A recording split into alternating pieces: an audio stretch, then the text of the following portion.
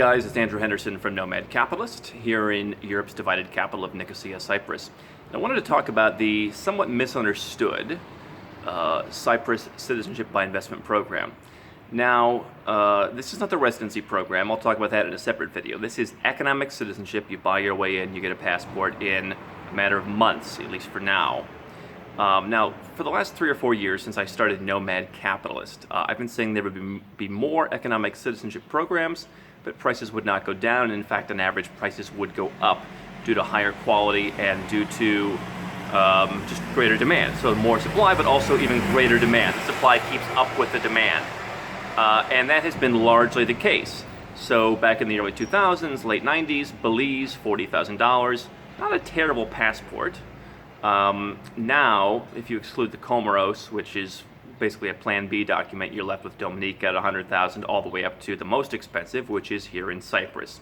Here's where it gets interesting. Cyprus realized it was a bit overpriced. Their citizenship by investment program was largely born out of the banking crisis that happened here in 2013. The government said if you lost a whole bunch of money, we'll give you a Cyprus passport. So a number of Russians became Cypriot overnight and became a whole lot poorer.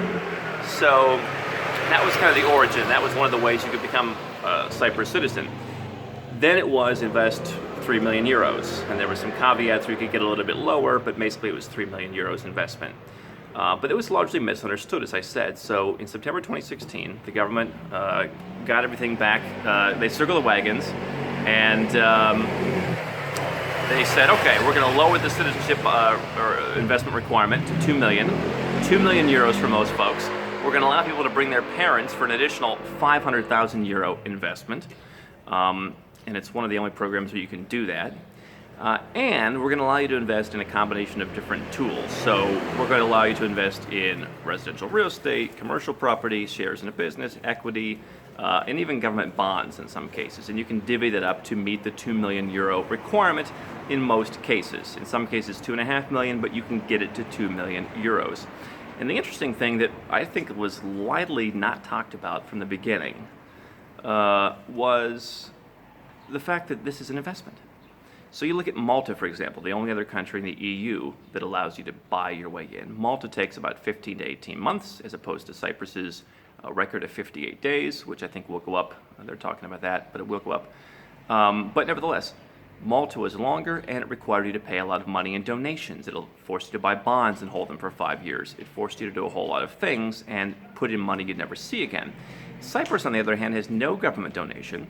It's possible that, excluding the legal and consulting fees, you can get in for under 10,000 euros in terms of fees, and basically you invest your 2 million euros and you're done, and after X number of years you can take it out.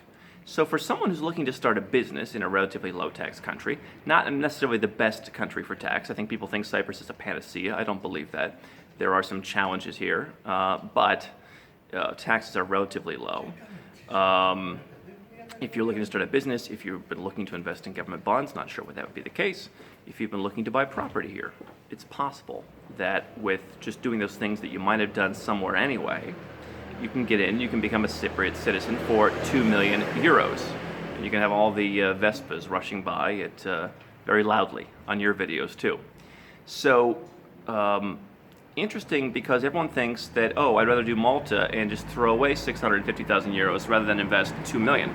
Now, you know, if you don't have 2 million euros, it's not going to work for you, and a program like Dominica might be a better choice if you need a second passport or just go and get naturalized somewhere. But if you have 5 or 10 million euros and you're looking for a European passport that gives you 157 countries, if you want the ability to travel and work and live in the EU and give your kids that right as well, if you want the rights to live somewhere that's more European, then it's not unreasonable to think that this could be an option for you if you were going to invest the 2 million euros anyway. And that is what was always misunderstood. So many US citizens I talked to who were kind of on the fence about Malta didn't even want to talk about Cyprus, even though they had the money, because they figured, oh, I don't want to tie up all the cash. Well, that's the question you have to ask yourself if you want the European passport and you want to make an investment and get it quickly, is would you rather just blow 650,000 euros in Malta, or would you rather invest it for a certain amount of time here in Cyprus? Obviously, both countries have somewhat similar profiles, being islands in southern Europe. Cyprus obviously has had its historical challenges in the last few years, as well as in the past few decades.